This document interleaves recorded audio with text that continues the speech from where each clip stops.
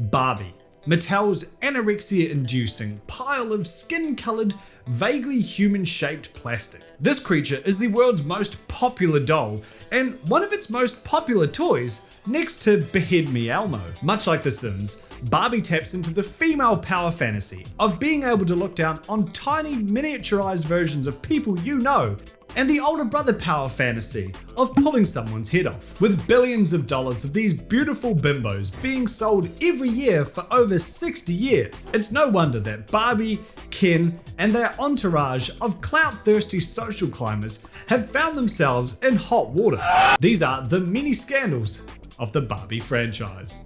If Barbie and Ken could enjoy a delicious brand of energy drink powder, I bet they'd pick gamer subs. That's it. That's the ad. I'm done. Bye. 2 years into Barbie's painful existence, and she was already drawing controversy. Parents of the early 1960s were afraid that the curvaceous beauty wearing more makeup than a clown doing blackface was too sexy for children. While this criticism would continue until, well, today, Mattel attempted to ease their concerns by secreting an alternative to Barbie. Named after a tiny blood-sucking fly, Midge was introduced as Barbie's best friend and all-purpose girl next door. She wore less makeup, had softer facial features, and even a smattering of freckles. But still rocked a supermodel body, of course, lest Barbie's clothes not fit her. Midge would eventually receive her own boyfriend and Ken-like counterpart, Alan. Alan was introduced as Ken's buddy, who shared his clothes, and the obvious gay jokes flowed like wine. Midge and Alan would make occasional appearances over the decades, going on double dates with Barbie and Ken, and the poorly aged murder playset, complete with white Bronco and glove that doesn't fit Alan. In 2002, this would culminate in a set that would draw the ire of parents everywhere, the Happy Family line of dolls, which infamously included a morbidly obese Midge. Upon closer inspection, it turns out that she wasn't overweight, and instead had a small human in her intestines, called a baby. Much like a real pregnancy, Midge's belly could be removed in order to harvest the juicy baby inside. And surprise, it's a girl. Or maybe it's a boy. The Barbie universe has yet to explain how genitals work. So, how could this anatomically accurate depiction of pregnancy draw outrage amongst the child-having weirdos of America? It seems they were concerned that it either promoted teen pregnancy or pregnancy out of wedlock. Customers had a concern about having a pregnant doll. I would say there has been more positive comments than negative, but there are some people who totally disagree with it. Most girls want to be like Barbie. Maybe if they would have put them all together as a family, it might be a little different. But alone, it sends out the wrong message. Now, this seems to stem from an apparent misunderstanding about the age of Barbie and co. The assumption, it seems, is that Barbie's slender figure and lack of wrinkles means her age starts with a 1 and ends with a 15-year sentence for Jared Fogle. Of course, that would make her the most overachieving teenager of all time, with a list of professions rivaled only by Homer Simpson. While Barbie and co are most likely somewhere in their 20s, even if they were 18, I doubt that any 7-year-old was inspired to get teen pregnant after playing with one. If anything, teen pregnancy occurs when you don't talk to your kids about the birds and the bees, and you end up with people asking questions like, can a woman get pregnant by herself? Can you get pregnant by kissing?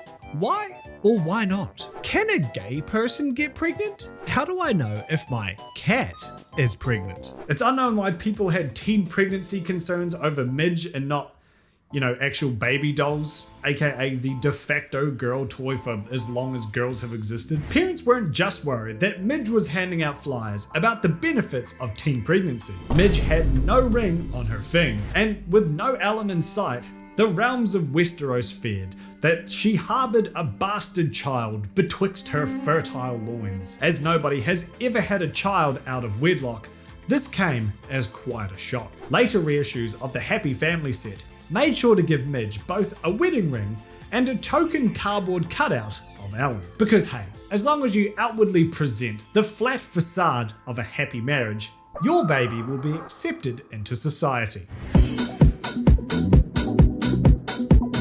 Ken has long been the bottom of gay jokes, by people who are definitely not jealous of the fact that he pulled the baddest girl in town while also being played by Ryan Gosling. However, there was a brief moment where Mattel accidentally turned these jokes into reality. Tragically, Ken has always been a bit of an afterthought as far as little girls are concerned.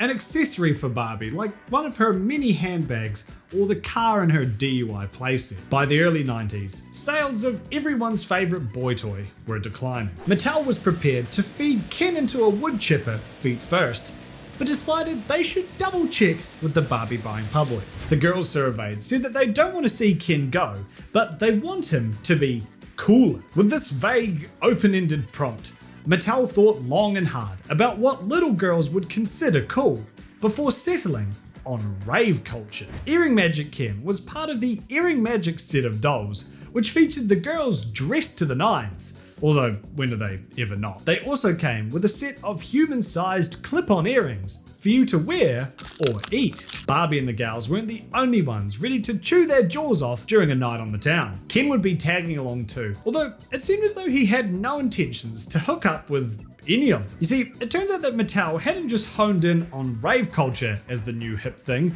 but specifically gay rave culture. Rocking frosted tips, a purple leather jacket, a lavender mesh shirt, an earring in his left ear, and a charm around his neck, Ken was set to produce less offspring than ever before, and people loved it. Ken was finally outselling Barbie, proving once and for all that dudes rock. So what exactly made this outfit the rave gear of guys who like men's rears? In addition to the, well, obvious, gay columnist Dan Savage points out that Ken had an item around his neck. You see, when a daddy and a daddy love each other very much, they sometimes use rings on their Johnson & Johnson so that there's no more tears. These ended up becoming a common fashion accessory in the gay rave community, one that Mattel clearly mistook for a cool necklace. If it was the size of one of Ken's fingers, they could have claimed it was just a normal ring, but it's clearly closer to the size of his theoretical Barbie breaker. Unsurprisingly, a majority of the sales of Earring Magic Ken weren't from Barbie's target demographic of girls aged 3 to 10, but by men in the gay community. The bros found it a hilarious slip up on Mattel's part, which inadvertently created a gay icon in the process. Now, people who get their personality from a book written by some bloke who really had it out for shellfish were not happy with Ken's new look, clearly unaware of the twisted things kids were already making their Barbies do to each other. While Mattel denied purposefully giving him a cock ring, they said they were happy that a group outside of their normal demo was enjoying their product, probably because it made them money. While some claimed that the homophobic backlash caused stores to pull stock early, Mattel denies this and says that gay sex Ken was rotated out as part of their normal stock updating procedure. Earring Magic Ken is now a highly sought after collectible, and to this day, the best-selling Ken doll in Barbie's history. In 2010, Mattel released a motherfucking Barbie with a camera and screen augmented into her flesh. Using this sin against God, children could record their own videos and begin the long and arduous task of becoming a YouTuber. While the Ripperdocs managed to work the camera into part of her necklace, they gave up when it came to the screen and instead just plonked it in the middle of her back. Things were off to a rocky start for Barbie Video Girl when an FBI memo intended for law enforcement was inadvertently sent to the media. The memo was intended to inform police not to overlook the doll when collecting evidence while investigating child cases. Instead, the media interpreted the memo as this toy is now the hottest pedophile item this summer season. This report was taken so out of context that some stores even pulled their stock of Barbie Video Bitch. Former FBI agent Kenneth Lanning discussed the ridiculousness surrounding the outrage. Lanning laughs at the idea that there are aspiring child without technical know-how who will see Video Girl Barbie and think, now I can do it. Even if Mattel had never built this thing, anybody with a little bit of ingenuity could have rigged the same thing. And are not a group generally thought of as unmotivated. This wouldn't be the only digitized doll disaster to befall Barbie. In 2015, Mattel released Hello Barbie, also known as G'day Barbie in Australia. Like any YouTuber with a big audience and a ukulele, Hello There Barbie would use speech recognition in order to talk to children. Now, this was years before the AI apocalypse that we find ourselves in now, so she didn't actually generate dialogue on the fly. Instead, Hola Barbacoa can understand spoken language and would respond with one of around 8,000 replies. This is suspiciously similar to a video I did on virtual friends, and like all of those, privacy was a major concern. The conversations had with Say Hello to Your Mum For Me Barbie were recorded and sent to partner company Toy Talk in order to improve speech recognition for children and to make the service better. In Mattel's demo, Barbie asks many questions that would elicit a great deal of information about a child, her interests, and her family. This information could be of great value to advertisers and be used to market unfairly to children. Not only that, but cybersecurity was also a major issue. Black hat Barbie hackers would be able to infiltrate How's Your Father Barbie with relative ease, giving them access to the doll's system information, account information, stored audio files, and direct access to the microphone. Even if the musings of an 8-year-old girl weren't of interest to you, Hello Barbie's access to your home Wi-Fi could potentially allow hackers to take over your whole network. While Toy Talk was able to address some of the security concerns with the help of security company Blue Box, as well as their own bug bounty program, Hello Barbie was ultimately discontinued in 2017.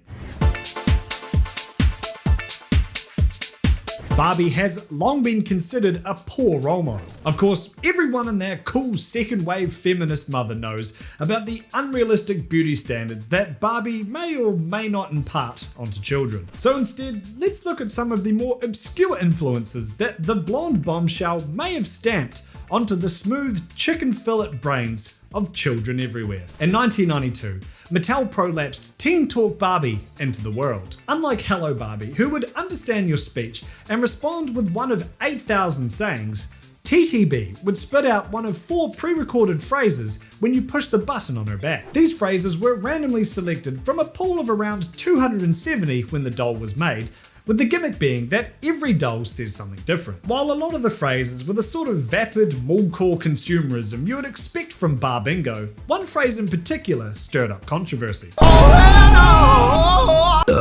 Now, I've always been of the mindset that women can be as smart as men, so it's unfortunate that sayings like this perpetuate the stereotype that women are bad at math, which is ridiculous because this woman here was able to calculate how many books it would take to stack on top of one another in order to reach her height. Various female academic groups were upset at the dim-witted doll, forcing Mattel's CEO to respond in a letter, which was presumably read aloud to them by one of their male colleagues. In hindsight, the phrase "math class is tough," while correct for many students, both male and female, should not have been included. We didn't fully consider the potentially negative implications of this phrase. Mattel surgically removed the part of Barbie's brain that thinks math class is hard, and the saying was removed from all future dolls. They even offered to exchange any dolls that had the problematic phrase, which I imagine around 3 people took them up on. This incident would go on to inspire the Lisa vs. Malibu Stacy episode of The Simpsons,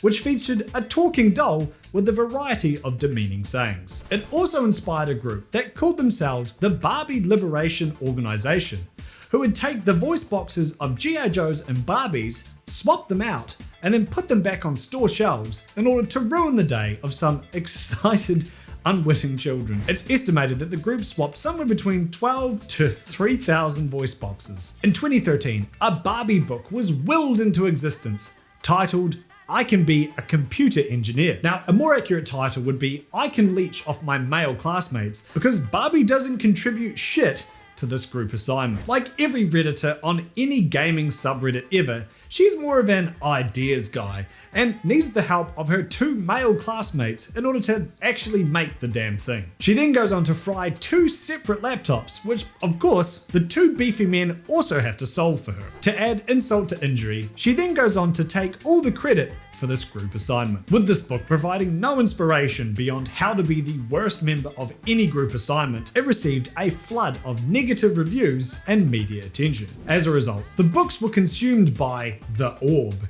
and Mattel fired up ChatGPT for yet another apology. The portrayal of Barbie in this specific story doesn't reflect the brand's vision for what Barbie stands for. Growing up Skipper was Barbie's younger sister who infamously could go through puberty in a matter of seconds. With a twist of her arm, her torso would extend upwards and she would grow a bust. Women of the era were unimpressed by the supposed caricature of the female body, something that they claimed that male dolls were not subject to. While they may have a point, they clearly missed the story about baby brother Tenderlove. This male baby doll was another Mattel product and was anatomically correct. So correct, it seems, that a group of women outraged at the idea of the human body stormed a store in Louisville, Kentucky in order to make them a tad less correct. Some retailers chose to censor the doll's image on the box using stickers out of fear of another ritual mass castration.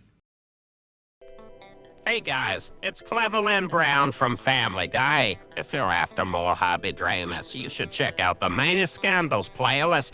Don't forget to head on over to Gamma Subs as well, using the link in the description.